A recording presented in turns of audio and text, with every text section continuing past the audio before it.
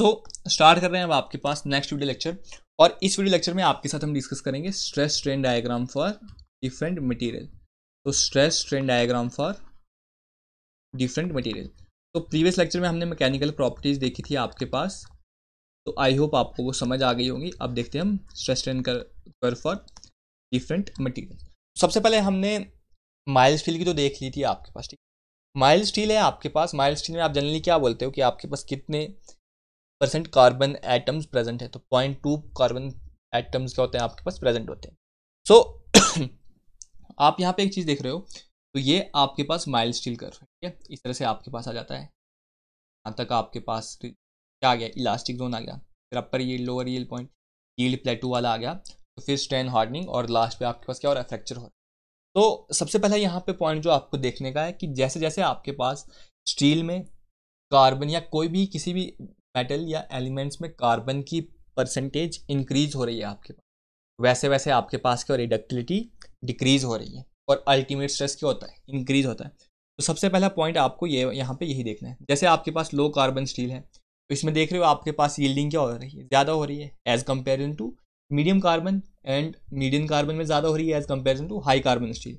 सो पहला पॉइंट आपके पास यहाँ पे यही आ जाता है कि एज कार्बन परसेंटेज इंक्रीजेज, जैसे आपके पास कार्बन परसेंटेज इंक्रीज हो जाएगा, डक्टिलिटी क्या हो जाएगी आपके पास, डिक्रीजेज। डक्टिलिटी आपके पास क्या हो जाती है, कम हो जाती है। अगर डक्टिलिटी कम हो रही तो अल्टीमेट स्ट्रेंथ की वैल्यू क्या होती है आपके पास, इंक्रीज हो जाती है आपके पास, ठीक है। तो ये डिफरेंट डिफरेंट मटेरियल्स के लिए है आपके पास। यहाँ पे आप जो है किसी और मटेरियल की भी यूज़ कर सकते हो, तो वो आप समझ सकते हैं। अब देखो जनरली हमारे पास जो माइल्ड स्टील है उसमें हमें यील्ड स्ट्रेस निकालनी है, आपके पास क्या जाती है, ईजी हो जाता है आपके पास। बट कुछ ऐसे मटेरियल हैं जिनमें आपको यील्ड स्ट्रेस का पता नहीं चलता। जैसे आपको मैं बोल देता हूँ हाई कार्बन स्टील का यील्ड स्ट्रेस बता दो क्या है, मीडियम कार्बन स्टील का आपको यील्ड स्ट्रेस क्या है, तो इनका आपको जनरली जो है यील्ड स्ट्रेस हमें निकालने में डिफिकल्टी हो जाती है। तो इसके लिए हमें क्या रूल दिया गया है, इसके लिए हमें एक टर्म डिफाइन कर रखी है जो हम बोलते हैं प्रूफ स्ट्रेस, जो क्या है हमारे पास प्रूफ स्ट्रेस, ठीक है। तो प्रूफ स्ट्रेस भी आपको मैं यहीं पे समझा देता हूँ आपके पास। एज्यूम कर लेते हैं ये हमारे पास स्ट्रेस स्ट्रेन डायग्राम है, स्ट्रेस और ये स्ट्रेन है। कलर दूसरे से आपके पास ये शो कर देते हैं, आपके पास स्ट्रेस स्ट्रेन कर्व है। तो इस तरह से आपके पास कोई है, तो इसमें आपको पता नहीं चल रहा है आपके पास कि कहाँ पे आपके पास यील्ड स्ट्रेस हो रही है। तो इसमें हम क्या सबसे पहले यूज करेंगे, इसमें जो आपके पास प्रूफ स्ट्रेस बोलता है, आप डायरेक्टली क्या देखोगे, 0.2% ऑफ स्ट्रेन देखोगे, डायरेक्टली बोल सकते हो 0.002% स्ट्रेन देखोगे आप, ठीक है। तो जहां पे आपके पास 0.02% स्ट्रेन होगी आपके पास, उसी को आप क्या बोलोगे, यील्ड स्ट्रेस या प्रूफ स्ट्रेस। तो ये वाला पॉइंट क्या आ गया आपके पास, प्रूफ स्ट्रेस और यील्ड स्ट्रेस, इसी को हम क्या बोल देंगे, यील्ड स्ट्रेस और प्रूफ स्ट्रेस। जनरली हमारे पास 0.02 या सिंपली आप बोल सकते 0.2% पे आपके पास जब 0.2% स्ट्रेन होगी, उस टाइम जो आपके पास स्ट्रेस होगी उसको हम प्रूफ स्ट्रेस या यील्ड स्ट्रेस बोल देंगे आप, ठीक है। सो अब जो यहाँ पे आप जनरली देख सकते हो, जो आपके पास स्लो बनेगी मॉडुलस ऑफ इलास्टिसिटी की, वो आपके पास सेम आ जाती है जो इस कर्व पे आ जाती है, ठीक है। ये इसकी ये अब डायग्राम में आपको पहले ही बोल रहा हूँ, डायग्राम आपका स्केल पे नहीं है, बस मैंने आपको ये समझाने के लिए बता दिया कि जो मॉडुलस ऑफ इलास्टिसिटी की वैल्यू होगी इनिशियली, वही आपके पास जब यील्ड स्ट्रेस की वैल्यू आ जाएगी उस टाइम भी आपके पास वैल्यू, ठीक है। तो stress strain curve for different material आपको मैंने दिखा दी कैसी होती है। कुछ मटेरियल के लिए कर्व होती है आपके पास, बट उनको हम क्या कहते हैं, स्ट्रेट लाइन एज्यूम कर लेते हैं। जैसे आपके पास कंक्रीट की होती है, कंक्रीट की तो आपको पता है कैसे आ जाएगी, आपकी कर्व हो जाएगी, फिर हम उसको स्ट्रेट लाइन करते हैं, ठीक है। पैराबोलिक मानेंगे आपके पास, फिर रेक्टेंगल मान लेंगे, वो तो आपको पता है, हम आरसीसी में उसके रिलेटेड डिस्कशन कर लेंगे। तो यहाँ पे आपको मैंने डिफरेंट मटेरियल्स के लिए बता दी कि जैसे जैसे आपके पास कार्बन परसेंटेज इंक्रीज होगा, डक्टिलिटी डिक्रीज होगा, अल्टीमेट सिंपली आप बोल सकते हो कि जो अल्टीमेट स्ट्रेंथ की वैल्यू है वो क्या हो जाएगी आपके पास, इंक्रीज हो जाएगी। प्रूफ स्ट्रेस भी बता दिया। इसके बाद जो नेक्स्ट टर्म आ जाता है वो आ जाता है आपके पास लोडिंग, अनलोडिंग और रिकवरी का आ जाता है, ठीक है। लोडिंग, अनलोडिंग, रिकवरी का आ जाता है। तो यहाँ पे आपको मैं 3 डायग्राम बना के शो कर रहा हूँ आपके पास। सबसे पहले आपके पास मैं ये डायग्राम बना के, तो this is our stress and this is our strain, और ये आपके पास कर्व है। इस तरह से आपके पास कर्व हम एज्यूम कर लेते हैं आप, ठीक है। तो ये पॉइंट मान रहा हूं मैं आपके पास, नहीं बनी, तो ये पॉइंट में मान रहा हूं आपके पास इलास्टिक लिमिट है, ठीक है। ये पॉइंट क्या आ गया आपके पास, इलास्टिक लिमिट वैल्यू है। तो मैं इस पॉइंट तक आपके पास, ये मैं पॉइंट यहाँ पे एज्यूम कर लेता हूँ आपके पास कोई दूसरा पॉइंट ए। अब यहाँ तक मैं मटेरियल को क्या करता हूँ, लोडिंग कर लेता हूँ आपके पास। तो इस पॉइंट तक अगर मैं लोडिंग कर लूंगा तो क्या आपके पास ये इलास्टिक ही रहेगा मटेरियल, बिल्कुल, क्योंकि इलास्टिक लिमिट तो आपको क्रॉस नहीं कर रखी है आपके पास, तो डायरेक्टली आपके पास ये क्या हो जाएगी, रिलोडिंग अनलोडिंग हो जाएगी। तो इसको आप बोल सकते हो लोडिंग है यहाँ पे आपके पास, और ये क्या आ गई आपके पास, अनलोडिंग। तो आपके पास पोजीशन क्या आ गई, ओरिजिनल वाली आ गई। सो आप ये बोल सकते हो लोडिंग अनलोडिंग कर with in elastic limit. Next जो वैल्यू आपके पास देखते हैं हम, तो नेक्स्ट आपके पास यहीं पे मैं आपके पास नेक्स्ट डायग्राम बना के शो कर रहा हूँ। ये आपके पास स्ट्रेन है, ये आपके पास स्ट्रेस है। अब इसी में डायग्राम जो है वो बना लेते हैं आपके पास, ये इस टाइप में आ जाएगी आपके पास। तो इस पॉइंट को अब मैं एज्यूम कर रहा हूँ आपके पास इलास्टिक लिमिट है आपके, ठीक है, इलास्टिक लिमिट वाला ये पॉइंट आ गया। अब मैं मान लीजिए आपके पास यहाँ पे पॉइंट ए एज्यूम करता हूँ, यहाँ तक मैं आपके पास लोडिंग प्रोवाइड कर रहा हूँ, यहाँ तक मैंने लोडिंग क्या कर दी आपके पास, प्रोवाइड कर दी। So this is our loading. अब हमने ए पॉइंट तक लोडिंग जो है वो प्रोवाइड कर दी। तो क्या आप मुझे बता सकते हो यहाँ पे आपके पास ये ओरिजिनल शेप को रिगेन करेगा या नहीं करेगा, नहीं करेगा, क्यों, क्योंकि आपने बियॉन्ड इलास्टिक लिमिट चले गए हो आप। तो ये आप किस स्टेज में चले गए हो, प्लास्टिक स्टेज में चले गए हो। तो इसकी जो अनलोडिंग होगी आपके पास, इसकी जो अनलोडिंग होगी वो डायरेक्टली आपके पास क्या हो जाएगी, ये वाली इसकी क्या आ जाएगी हमारे पास, अनलोडिंग। तो हमने जब इसको अनलोड कर दिया, तो कलर के साथ शो कर देते हैं आपके पास। तो ये हम आपके पास,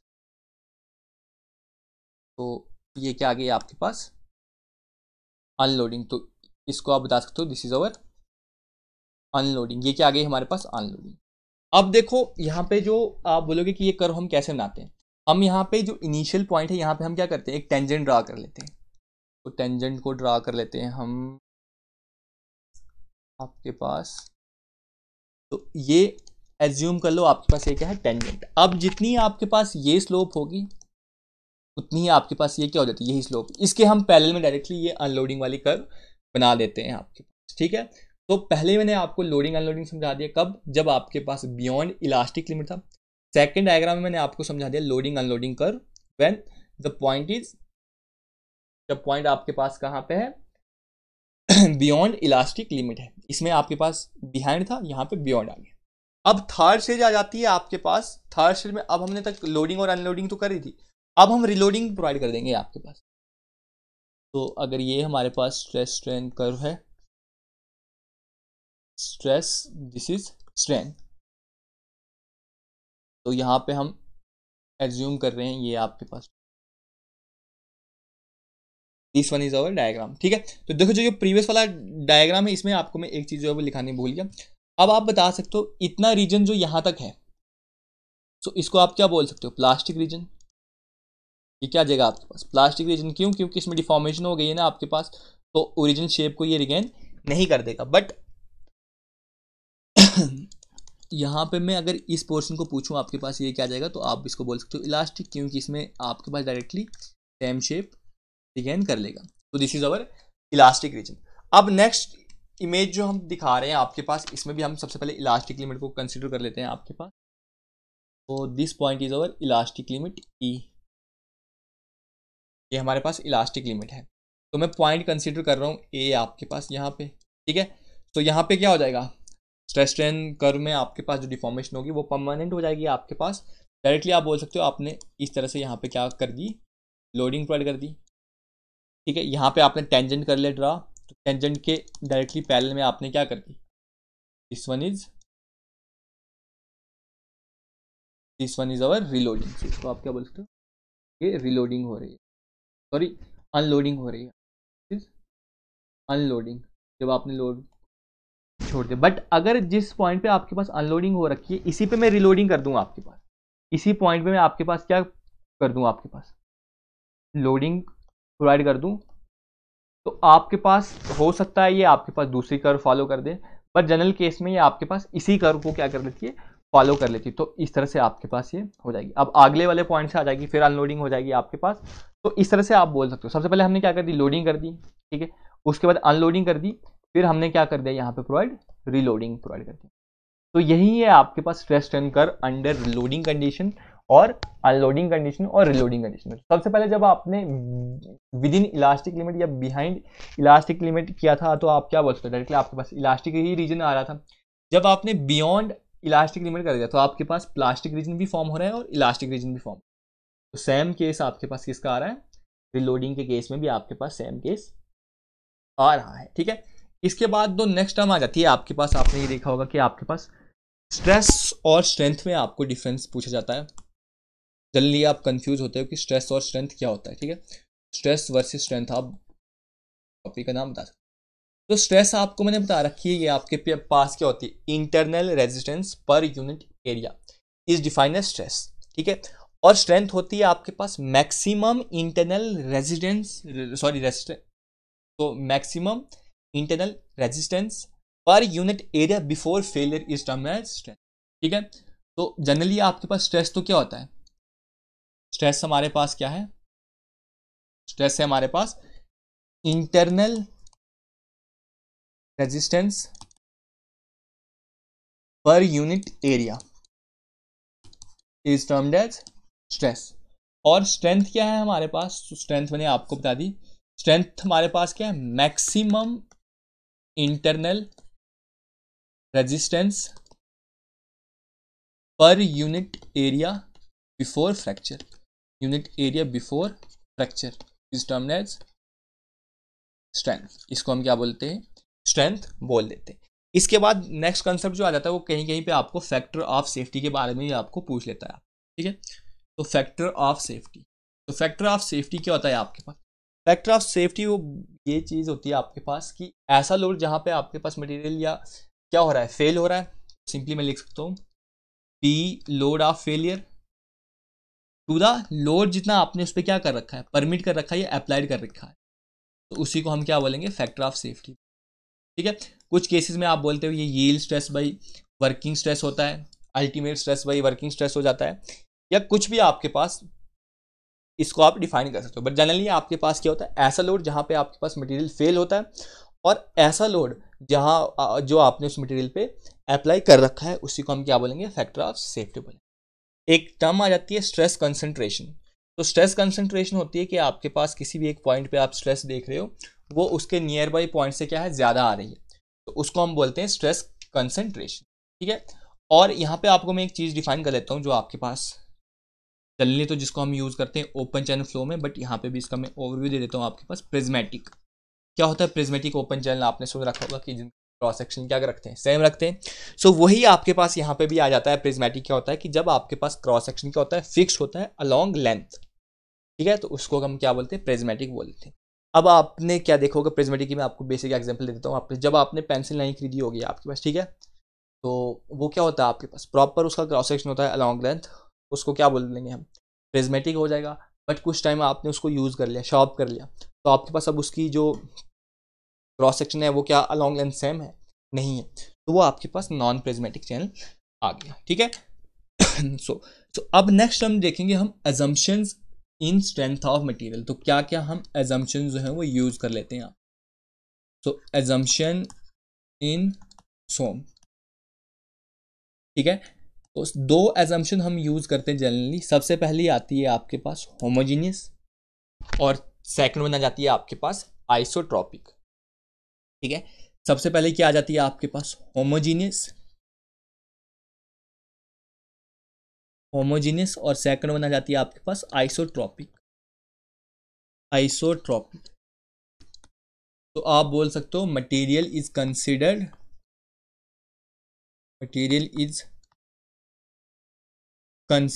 टू बी, सबसे पहले हम क्या उसको एज्यूम करेंगे, होमोजीनियस करेंगे, और सेकंड हम एज्यूम करेंगे आइसोट्रॉपिक।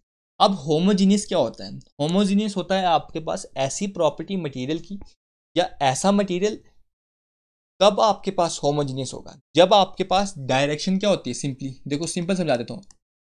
डायरेक्शन आपके पास फिक्स्ड होगी, डायरेक्शन आपके पास फिक्स्ड होगी, तो उस डायरेक्शन के अलोंग आपके पास किसी भी डिफरेंट पॉइंट पे आपके पास वैल्यू क्या आ जाएगी, सेम आ जाएगी।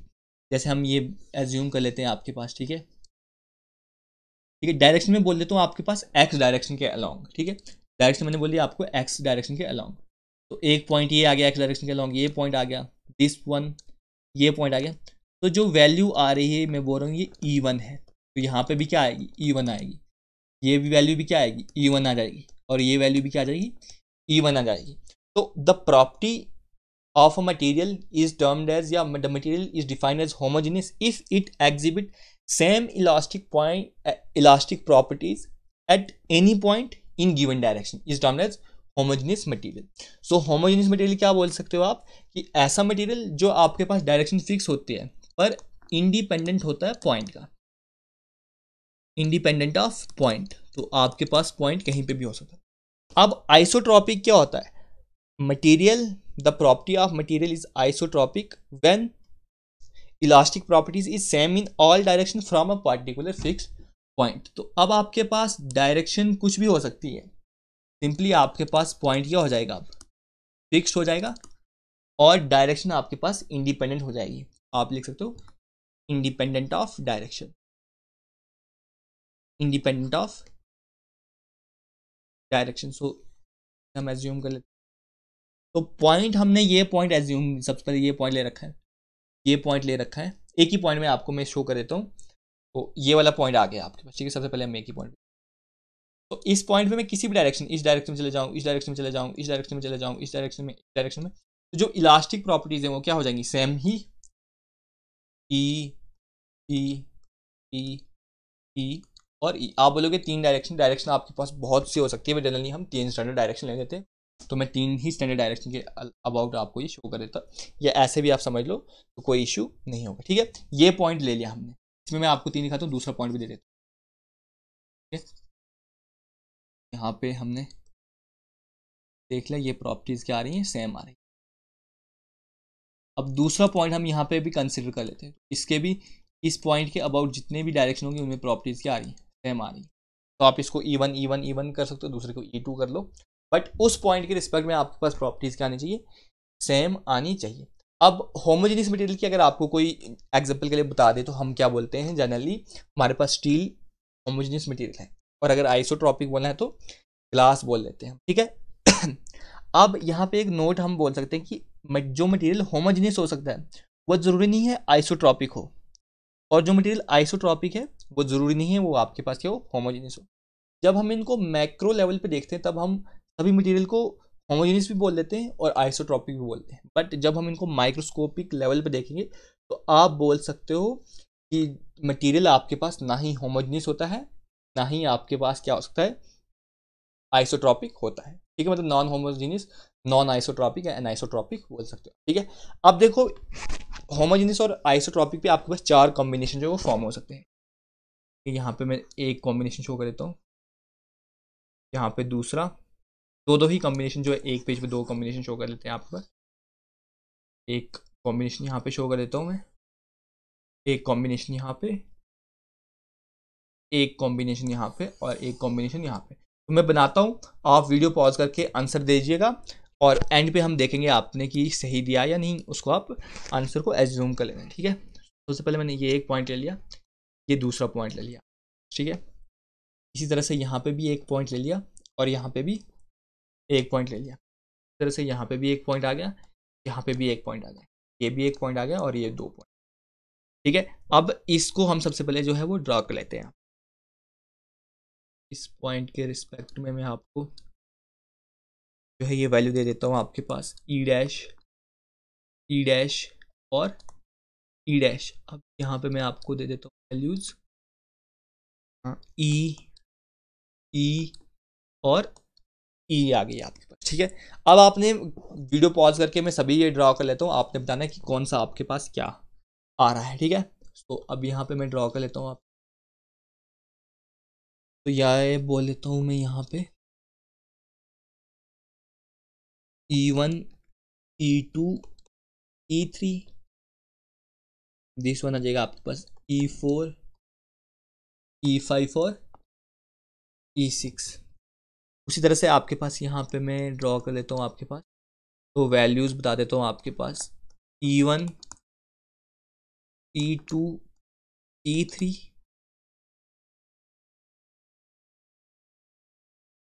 और ये आ जाता है आपके पास E1, E2, E3 आ गया। ठीक है, फिर लिख लेते हैं आपके पॉइंट्स। यहाँ पे एज्यूम कर लेते हैं E है, ये भी E है, ये भी E है, ये भी E है, ये भी E है और ये भी E है। तो आई होप आपने साथ में मेरे ये चारों डायग्राम्स बना दी होंगी। अब आपने वीडियो पॉज कर लेनी है और खुद इनके पहले आंसर जो होंगे वो देख लेने कि आपके पास क्या सॉल्व। सबसे पहले आप देखते हैं आपके पास इनके क्या सॉल्यूशन हो सकते हैं। सबसे पहले देखा आपने, सबसे पहले होमोजेनियस क्या होता है आपके पास, डायरेक्शन फिक्स होता है, पॉइंट कुछ भी हो सकता है। सबसे पहले हम यहाँ पे चेक करते हैं आपके पास डायरेक्शन, एक्स डायरेक्शन में यहाँ पे पॉइंट कहीं पे भी आ सकता है। एक्स डायरेक्शन में प्रॉपर्टी ई आ रही है, यहाँ पे ई डैश आ रही है, तो क्या ये आपके पास होमोजेनियस है? नहीं है, इसको हम होमोजेनियस नहीं बोल सकते। बट आपने जब एक पॉइंट देखा, ये पॉइंट देखा, इस पॉइंट के रिस्पेक्ट में ई ई ई सभी डायरेक्शन में आ रहा है, इस पॉइंट के रिस्पेक्ट में प्रॉपर्टीज क्या आ रही है, e dash e dash e dash आ रही है, तो मतलब प्रॉपर्टीज तो सेम आ रही है। सो आप इसको बोल सकते हो ये क्या है आपके पास, नॉन होमोजीनियस, नॉन होमोजीनियस। तो नॉन होमोजीनियस है बट आइसोट्रॉपिक है आपके पास। क्यों? क्योंकि आपके पास एक पॉइंट के रिस्पेक्ट में आपके पास वैल्यू सेम आ रही है। अब मैंने देखा यहाँ पे आपके पास पॉइंट देखा, मैंने ये वाला पॉइंट देखा, ठीक है, तो मैं होमोजेनियस देखता हूँ। डायरेक्शन एक्स में देखा E1, E5 में देखा E2, तो मतलब आपके पास ये नॉन होमोजीनियस है, नॉन होमोजीनियस है। अब मैंने इस पॉइंट के रिस्पेक्ट में देखा E1, E2, E3, तो मतलब एक पॉइंट के रिस्पेक्ट में आपके पास किसी भी डायरेक्शन में आपके पास वैल्यूज क्या होनी चाहिए, सेम होनी चाहिए। तो वो क्या है आपके पास, सेम नहीं है, तो आप बोल सकते हो non homogeneous and non isotropic. तो non homogeneous and non isotropic. उसके बाद नेक्स्ट आपने देखा यहाँ पे एक्स में देख रहा हूँ आपके पास E1, यहाँ पे भी E1, वाई में देख रहा हूँ E2, यहाँ पे भी E2, जेड में देख रहा हूँ E3, तो आप बोल सकते हो ये क्या है आपके पास, होमोजीनियस है, जीनियस है। पर आपने उसके बाद क्या, जी होमोजीनियस, तो ये स्पेलिंग देख लीजिएगा आप। तो इस पॉइंट के रिस्पेक्ट में आपके पास सभी डायरेक्शन में वैल्यू सेम आ रही है, नहीं, E1, E2, E3, homogeneous but non isotropic, non isotropic. ठीक है, ये आ गया आपके पास। जैसे यहाँ पे नॉन होमोजीनियस बट आइसोट्रॉपिक था, वैसे यहाँ पे होमोजीनियस है बट नॉन आइसोट्रॉपिक। अब यहाँ पे आपने देखा इस पॉइंट के रिस्पेक्ट में तीनों वैल्यूज सेम आ रही है, यहाँ पे भी तीनों वैल्यू सेम आ रही, तो मतलब आइसोट्रॉपिक तो है। अब एक्स डायरेक्शन में देखा, यहाँ पे भी ई, यहाँ पे भी, वाई डायरेक्शन में देखा तो ई है, जेड डायरेक्शन में भी देखा ई, तो आप बोल सकते हो ये कौन सा है आपके पास मटेरियल, होमोजीनियस एंड आइसोट्रॉपिक है। तो इसी को हम क्या करेंगे, यूज़ करेंगे आपके पास। इसी के साथ हमारी जो पूरा कंसंट्रेशन डील होगा तो वो होमोजेनियस एंड आइसोट्रॉपिक होगा। तो आई होप आपने भी साथ में इनको ड्रॉ किया होगा और आप अब मैच कीजिएगा कि आपके पास कितने क्वेश्चन जो है वो ठीक हुए। ठीक है, सो इस लेक्चर में हमने प्रॉपर्टीज देख ली, स्ट्रेस स्ट्रेन कर्व देख लिया डिफरेंट मटेरियल्स का। अब नेक्स्ट लेक्चर में हम देखेंगे आपके साथ इलास्टिक कांस्टेंट के related discussion. So elastic constant हो गया तो आपका बता सकते हो कि प्रॉपर्टीज ऑफ मटेरियल वाला यूनिट आपके पास कंप्लीट हो गया। तो ठीक है, इस वीडियो में इतना ही रखते हैं। नेक्स्ट वीडियो में आपके पास नेक्स्ट टॉपिक के साथ डिस्कस करते हैं। अगर आपको कोई भी चीज़ जो होगी वो समझ नहीं आ रही तो आप कमेंट सेक्शन में कमेंट करके बता सकते हो, मैं उस पर ऊपर करके आपको समझा ट्राई करूँगा। ठीक है, thank you, thanks for watching, keep learning.